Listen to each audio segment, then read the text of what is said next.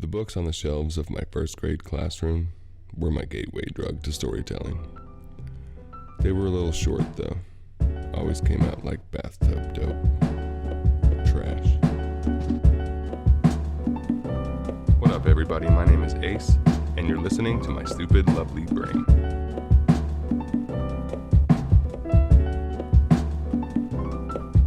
I'm gonna tell you some stories.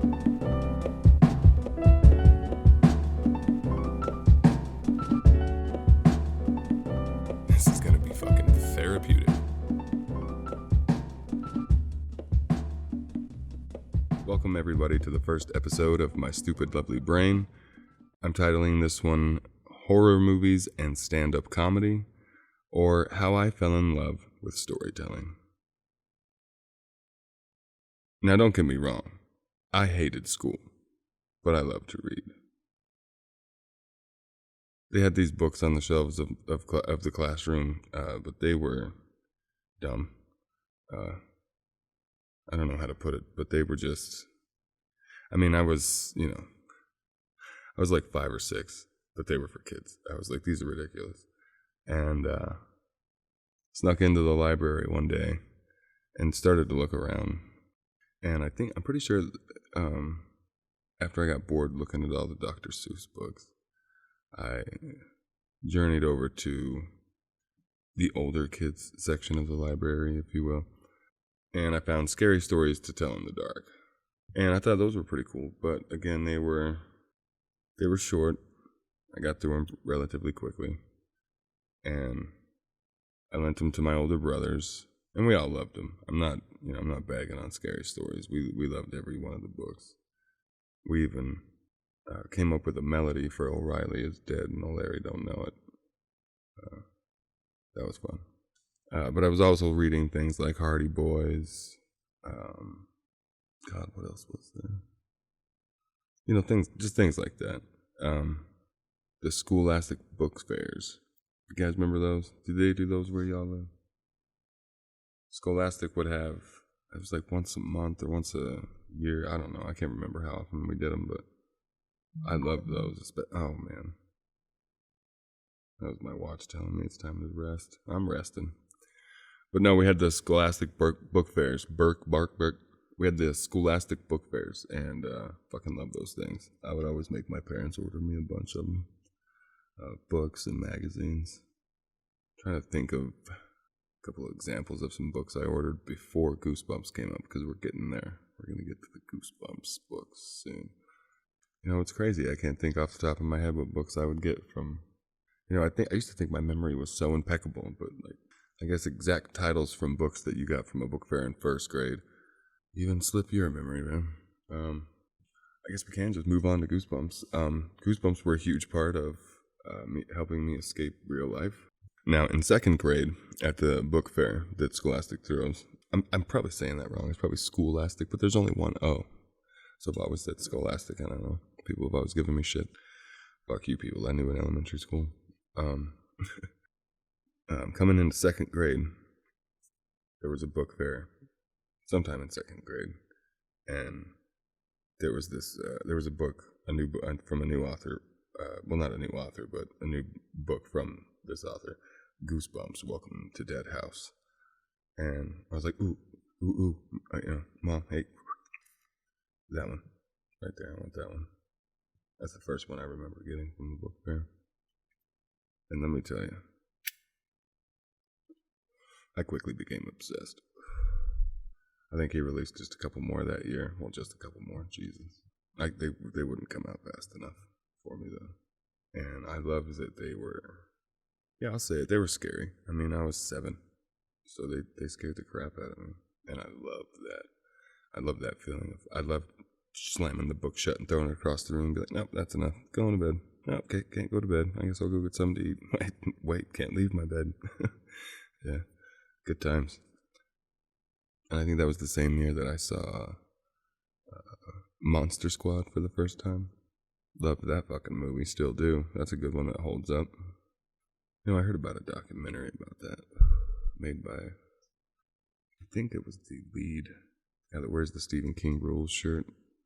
I think he grew up and made a documentary about the film. I'll have to check it out. So yeah, Goosebumps. That's where it was. Yeah, I would consume those books. I mean, I think by the time he was starting to release them like 3 or 4, a year or whatever. I would read them in a day. Just be like, oh, okay, And they were so short, bro. I mean, like, come on, Robert R.L. Stein, whatever your name is. I'm sure you could have released like 20 a year, but I see what you were doing. I don't think it was till I was like 12 years old that I got sick of reading all those damn books, man. At one point, he was releasing so many that I couldn't keep up, actually, never mind. Because I was starting to get up to no good when I turned 10. But I'd still, before bed, come home from all the mischief and settle down with a nice Goosebumps book. But once the Goosebumps books weren't enough, I stopped kind of being scared. I started watching a lot more horror movies. Let's see. There's that movie. I started watching a lot of alien movies. Fire in the Sky. Oh man, Fire in the Sky. Aliens, of course. Fuck Alien 3. The It television miniseries came out. I think I was like 7 or 8. That terrified me. Holy crap. I'd have to actually look it up. I can't remember what year it came out, but I was pretty young. So, yeah, I got not sick of Goosebumps, but I just grew out of them. I was heading into middle school and didn't want to be seen walking around Snow Canyon Middle with a Goosebumps book in my backpack. I was at the county library one day, 12 or 13, and on the new releases rack, I saw a familiar name. I saw a familiar name, if I could say it. R.L. Stein, right there, boom, big novel, black cat on the front cover. Book was called Superstitious. I swiped it up. I was like, what's this? It was good. I remember it being really good. I remember it being a little bit, little try-hardy. Try-hardy. I don't think that's a thing. So when I was reading Superstitious, or is it Superstitions? God, I don't know. I should probably look this shit up before I start talking about it. Well, my mom noticed, and she's like, what's that? And I was like, oh, it's a book by the dude who writes the Goosebumps book. She's like, oh, is it scary? And I was like, yeah, it's intense. It's like a thriller. And she's like, you can borrow one of my books anytime. Now, my mom, she didn't read like the fucking romance novel bullshit. She was into Stephen King, Dean Koontz, Tom Clancy, Nelson Mill, Robert McMahon. Oh man, I probably fucked that guy's name up. But anyway, so I think it was 6th grade because we had a readathon, and I brought Superstitious, but I was gonna finish it within like a couple hours, and school's like 8 hours. So I asked my mom if I could, borrow one of her books, take her up on her offer, and I picked Nightmares and Dreamscapes because it was a collection of short stories by Stephen King. Yeah, fell in love with that right away. I think I also fell in love with the short story format. It's funny too. I remember we would do one readathon per semester, so we did 4 readathons in 6th grade, and most of the kids would just bring like board games and shit and like cards. I was like, you guys, this is a readathon. A readathon. Not to play a game-a-thon. I don't know. I always thought it was funny. Not saying they're like dumb or anything. I just thought that was odd. That I was the weird kid for reading during the readathon. Anyway. So, after reading Nightmares and Dreamscapes, a few of the short stories, I didn't read the whole fucking thing, of course, during the readathon. But after getting into that book, I started watching the movies that were adapted from his stories. Oh man, I went down the rabbit hole. So you could say that R.L. Stein was my gateway drug to horror movies. A lot of people like to credit Stephen King, but Stephen King was a huge influence on my taste, and R.L. got me there. So when I lived in 6th grade, we lived in a town, a little suburb of St. George City called Bloomington. The Ranches, to be precise. And right next to the market, which was just a gas station, it was called the Bloomington Market, but it was just a fucking Chevron. There was a couple little shops right next to it. I think one of them was I think it was an insurance salesman, and the end cap store was Bloomington Video. Fucking loved that place. Pretty much every day after work, I'd ask my dad, "Hey, stop at Bloomington Video, because it's right there on the way home. You know, you can go to the market. I can run to the video store. You can give me $2. I can run and grab a video." It was awesome. I miss video stores, man. Oh man, I can make a whole episode about how much I love video stores and miss that shit. Streaming's great. On demand's perfect. Thought it was gonna be cool. Thought I would never miss fucking spending hours in a fucking Blockbuster, Hollywood Video, Bloomington Video, Rent a Video, wherever. But I do miss it. But eventually my parents got sick of fucking hauling my ass up to the video store all the time, especially since, well, because they had to come, because I'd always want to rent the horror movies, and they would have to do it for me. I would even go to the grocery store back in the day. Let me just wax poetic about video stores real quick.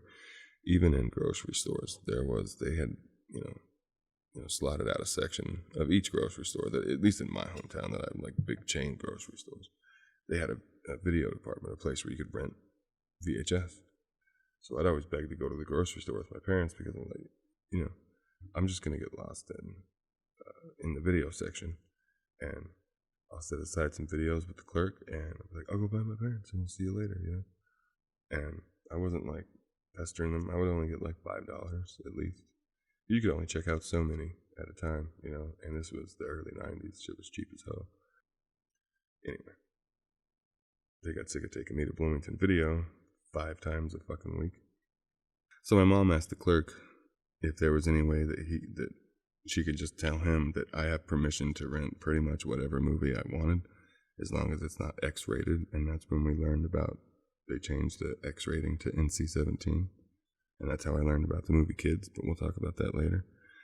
And the guy was like, "Yeah, we actually have a little permission slip." And so they filled it out, and now I could just rollerblade my ass on up to the Bloomington Video store and get whatever I wanted. And that was fun, man.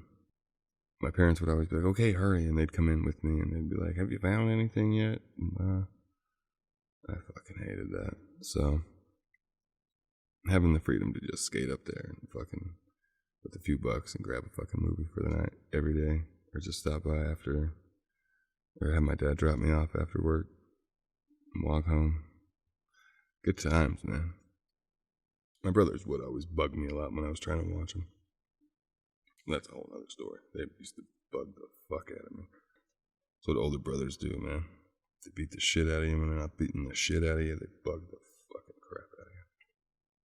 So I would just rent videos, man, and I'd get up, go to work. Go to school, get off school, go to work, get off work, watch a movie, and listen to music all day too. I remember I got a Walkman when I was, like 6. Got it for Christmas with a tape, The Simpsons Sing the Blues. It was like a bunch of blues covers sang by the voice cast of The Simpsons. It was pretty funny. I loved it. I got a real kick out of it. I got made fun of for liking it, but I was like, no, you guys don't understand why I like it. I don't like it because I think it's like good. I think it's fucking hilarious, and I think that's what they were going for. So yeah, and I realized really young that like this is all just telling stories, and sometimes the stories were funny, and I liked that because my life kind of sucked as a kid, and it was kind of scary. I think that's why I love scary stories so much, because no matter how scary the story I was reading or watching on the television screen or in the movie theater was, it was definitely scarier than my real life. So that was a good way to escape from that, or like to tell myself, oh man, you think your life's bad? Jesus Christ, at least you're not getting fucking chopped up with a chainsaw, right in front of your friend. So I think that's what draws me so close to those two forms of storytelling.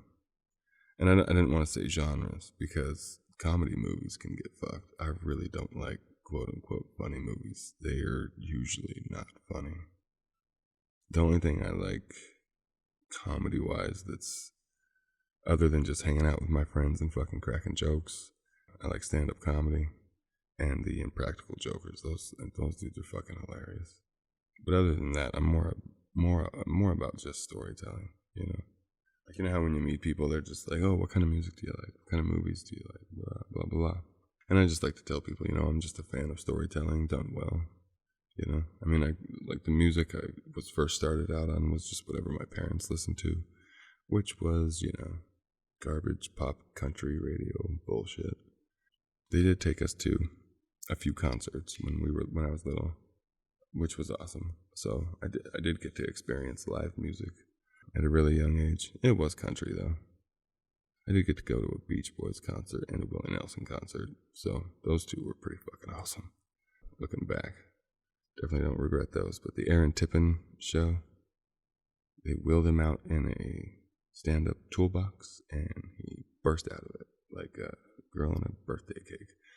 And I was like, okay, yeah, I'm not the demographic for this. Why are we here?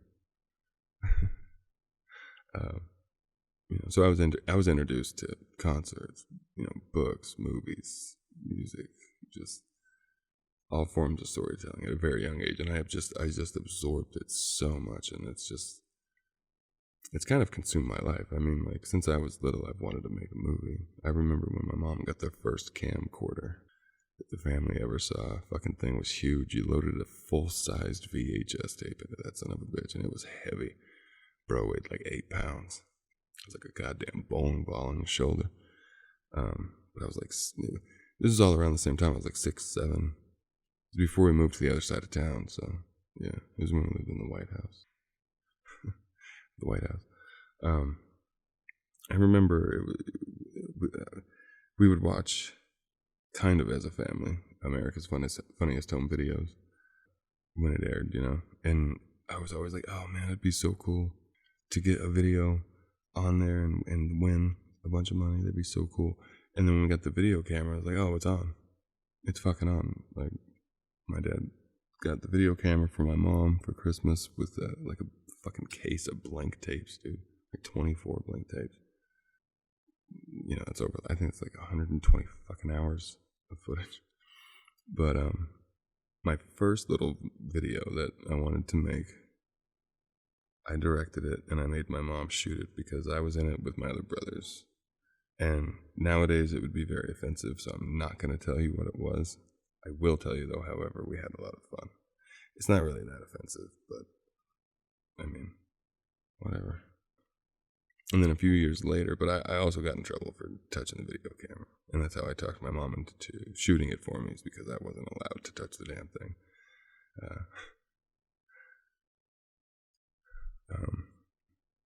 But a few years after that, she had lost interest in it, like she always does with all the shiny new electronics that my dad buys her. I had actually found it in its case with its battery and charger, and there still were the days of VHS, so we still had tons of blank tapes. And me and my brothers and our friends, we were by this time smoking cigarettes and smoking weed and drinking beer, and we were big fans of Beavis and Butthead on MTV. And so I wanted to shoot a parody of Beavis and Butthead with my older brother and his friend.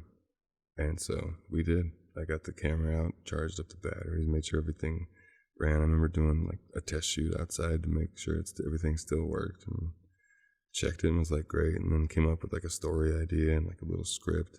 I didn't write anything down. I just told them to, like, it was kind of like an improv thing. I was just like, here's the situation. You know, I was sitting there filming from the door, kind of like it was the TV, like, you know, because of, yeah, it was fun. We did the whole thing. Did a little episode of Beavis and Butthead. Man, those were the first two videos I ever made. They were on VHS. Those things are fucking gone, lost to time. Man, I wonder if my brother, fucking Mike's crazy ass, remembers that day. Yeah. So we talked about horror films. Let's talk about stand-up comedy real quick. We're coming up on a half an hour, and I figured that's probably enough to be listening to my ass. Where did I I think it was the first stand-up comedy special I caught on HBO. And I would watch my favorite horror movies. That's where I would find, Nightmare on Elm Street films, Friday the 13th, Halloween, come on, And I think it was Sinbad's Brain Damaged was the first stand-up special I ever saw, and that shit was hilarious. And it kind of took me. It was kind of weird because he didn't swear at all. I can't remember how long it was. I think it was an hour special.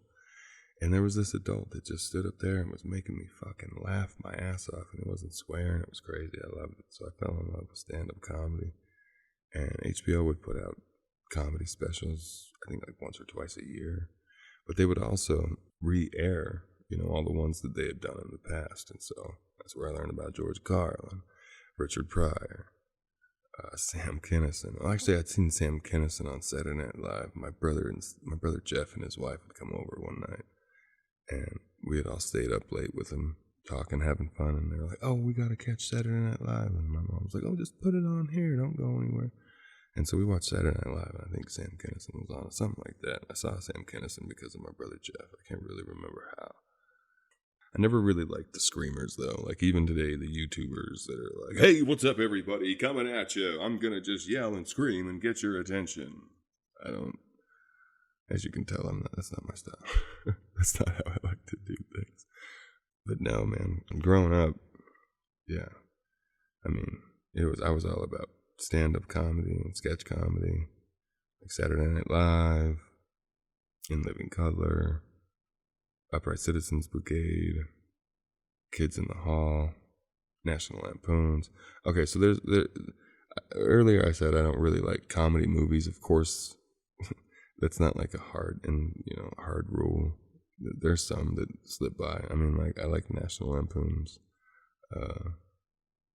the Vegas, or not the Vegas Vacation, just the National Lampoons Vacation and Christmas Vacation. Those two were pretty fucking funny. And Airplane was good. There's just not that many comedy films that I find funny. Even films that are by some of my favorite stand-up comedians from back in the day, like Adam Sandler. Like, I loved Adam Sandler when I was a kid. Loved him on SNL. Loved his albums that he would put out. Like they're just gonna laugh at you, I think was one of them, or They're All Gonna Laugh at You, something like that. Great stuff, man. His movies fucking suck, though. I know everyone else likes them, but I don't. So yeah, getting scared and laughing. I love it. If you know me, then you know that's what I do. I'll sneak up behind you and scare the shit out of you, and then have you fucking shit in your pants laughing for the rest of the day. That's just me. And if you've made it this far, thanks for listening. Have a good one. Oh yeah,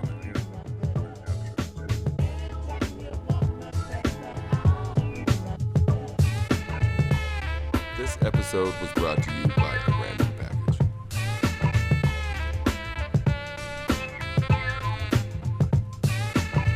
The beats heard in My Stupid Lovely Brain are produced by Righteous Foot. Check them out on SoundCloud.